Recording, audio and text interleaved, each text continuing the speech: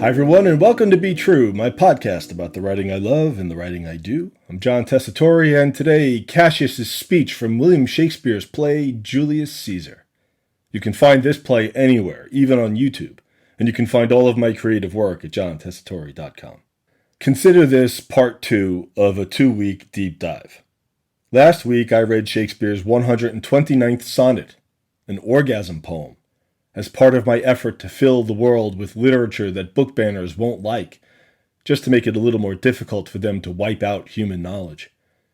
I did so in response to a question asked on the floor of the Texas legislature about whether Romeo and Juliet should be banned, because it hints at premarital sex. Over the course of that episode, I offered the following advice to the puritanical populists and tin-horn despots who try to control knowledge, in Texas, in D.C., in your own little town hall. Ban it all if you can, I said, because premarital sex is the least of your Shakespearean problems. What I meant was, all of Shakespeare is a problem for power, even the plays and poems that seem to cater to power, because his work, like the work of many great writers, bleeds. Inevitably, it turns human, which means it turns personal and vulnerable. It turns to human emotions like love and lust and greed and jealousy and ambition, and that's when the powerful are fucked. Because once we start talking about emotions and motivations, even godlike leaders are revealed to be less than godlike. It's easy to credit some genius named Shakespeare for these insights, but maybe it's just the work itself and not the writer. Maybe the moment you accept the task of dramatizing the real lives of the powerful, the weaknesses are exposed. We're all pretty icky, after all. So after I heard myself give that advice, if you're going to ban it, you might as well ban it all, I thought to myself, don't tease the people, John. Prove it. So today I'm going to read a subtly dangerous speech from Julius Caesar, a play about a man who amasses so much power for himself within a republican style of government that he banishes his rivals and makes himself the first Roman emperor. It's a play about tyranny and the opposition to tyranny and the flaw in coercive power. Hint, hint. Nudge, nudge.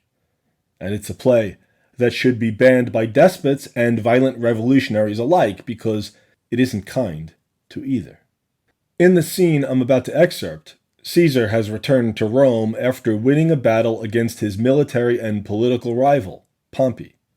In other words, he's just won a brief civil war. And as he marches victorious through the streets, in an actual military parade and not just a silly pageant, a crowd cheers and calls for his crowning. That's all in the background, literally some off-stage cheering and sound effects. On stage, in the foreground, 2 Roman senators, Cassius and Brutus, discuss what these events will mean for the Roman Republic. Both know Caesar very well. Both are very concerned that their old friend and colleague will indeed make himself a king, and thereby destroy the system of government under which he and they and Rome has prospered.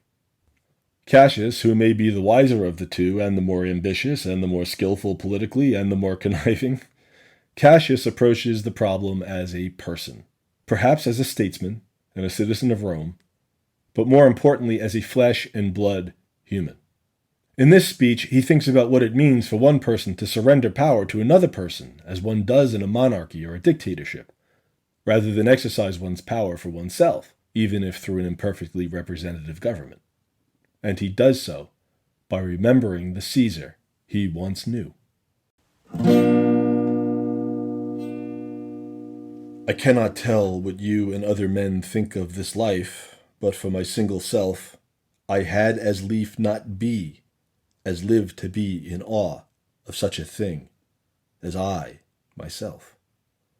I was born free as Caesar, so were you. We both have fed as well, and we can both endure the winter's cold as well as he. For once, upon a raw and gusty day, the troubled Tiber chafing with her shores, Caesar said to me, Darest thou, Cassius, now leap in with me into this angry flood, and swim to yonder point? Upon the word, accoutred as I was, I plunged in and bade him follow. So indeed he did. The torrent roared, and we did buffet it with lusty sinews, throwing it aside and stemming it with hearts of controversy. But ere we could arrive the point proposed, Caesar cried, "Help me, Cassius, or I sink." I, as Aeneas, our great ancestor, did from the flames of Troy upon his shoulder the old Anchises bear, so from the waves of Tiber did I tired Caesar. And this man is now become a god, and Cassius is a wretched creature, and must bend his body if Caesar carelessly but nod on him. He had a fever when he was in Spain, and when the fit was on him, I did mark how he did shake. 'Tis true, this god did shake. His coward lips did from their colour fly, and that same eye, whose bend doth awe the world, did lose his lustre. I did hear him groan, aye, and that tongue of his that bade the Romans mark him and write his speeches in their books, alas, it cried, "Give me some drink, Titinius," as a sick girl. Ye gods, it doth amaze me, a man of such feeble temper should get the start of the majestic world, and bear the palm alone. A man of such feeble temper. Today we might read those words as a reference to emotional instability, Caesar, with thin skin and anger issues perhaps. We know the type. And perhaps that's part of Cassius's concern. But in context, these words mean something much more basic. In this case, feeble temper is a physical vulnerability.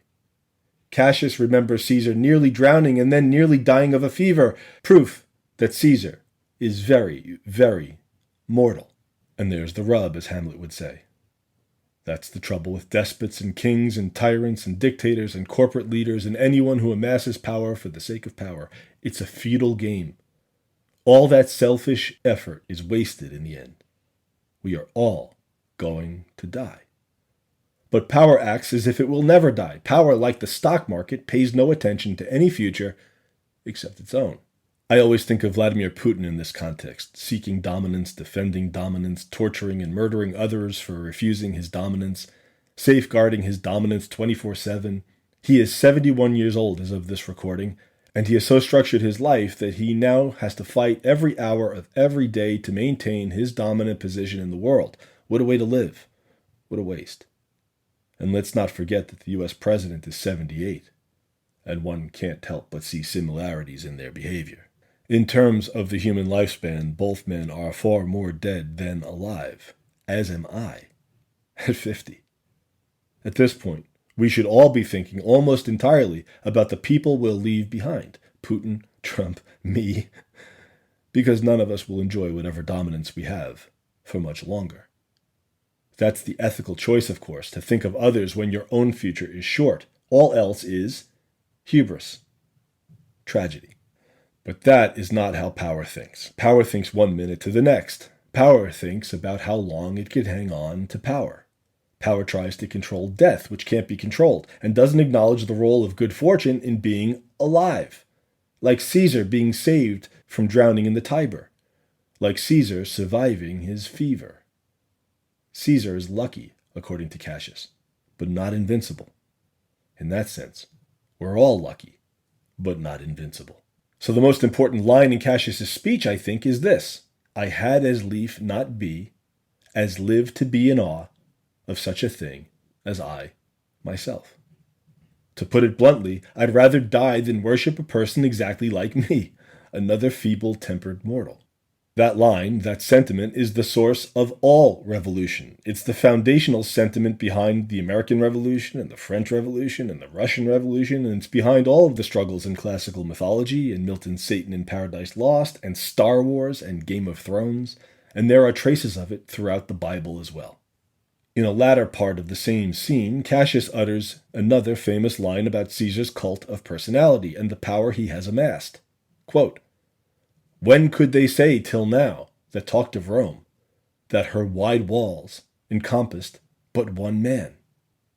And there it is, the rub. When Cassius calls Caesar a thing as I myself, he doesn't just mean Caesar, he means all of us. We're all the damn same, flawed, mortal, and unable to control our own fates. Things, and decidedly not godlike.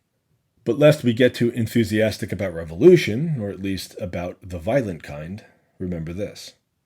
Cassius is flawed too, and is forced to see his own flaws very clearly by the end of the play. He pursues his line of thought until he does what revolutionaries often do. He stages a coup and organizes the murder of Caesar, his motives mixed, his grip on the future uncertain. He too believes he can control the outcome, and then, you guessed it, he fails. And he proves unable to control the outcome for Rome, and dies by his own hand when it's certain that all is lost. That, at least, he can control. He stages a coup and kills Caesar, and ends up killing himself. And the Republic is never restored. The moral of the story? One may be that the best, indeed the only way to preserve a republic is through Republican means. Not Republican big R, God help us, those fuckers don't know what the word actually stands for, but small r. A government of the people, by the people, and for the people. Through debate, disagreement, compromise, the vote. Through full representation. But that's not the real moral of Shakespeare's play. That's just its implication. The real moral is this. Humans are complicated, and flawed, and mortal. The future is always uncertain. To be alive is to be lucky, and power never lasts. So we may as well spread it as evenly as possible among us mortals so that everyone can enjoy a little freedom during their brief stay on this planet.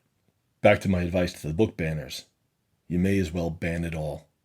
Shakespeare, Milton, Tom Paine, Voltaire, Homer, George Lucas, the Bible. Ban it all. The out-of-wedlock dalliance of Romeo and Juliet, the young lovers getting it on in Juliet's bedroom. That's a lovely distraction from the real issues that are all around us all the time. If that's the only thing that troubles you, you have real problems, because the bigger threat is right in front of you. I had as lief not be, as live to be in awe of such a thing as I, myself. And a little glimmer of that sentiment, that anti-authoritarian, anti-fascist sentiment, may be found in every book ever written, except those written by the authoritarians and the fascists themselves. You're going to have to ban it all, because it all bleeds a little. And so, in the hope that we all carry a little memento mori into our lives together, because time is short, and we're all mortal anyway. This is John Tessitore concluding another installment of Be True. If you've listened this long, thank you. You can find all of my work at johntessitore.com. But first this week, just stay safe out there and take care of each other. Special thanks to me for today's theme music, which I call B-Chord. Maybe we'll talk again. And if you enjoyed this little podcast, leave some stars or a review and support the work through the Ko-Fi account listed in the episode description, ko-fi.com/John Tessitore. And tell your friends. In the meantime, I gotta feed the dog. All right, Luna, I'm coming.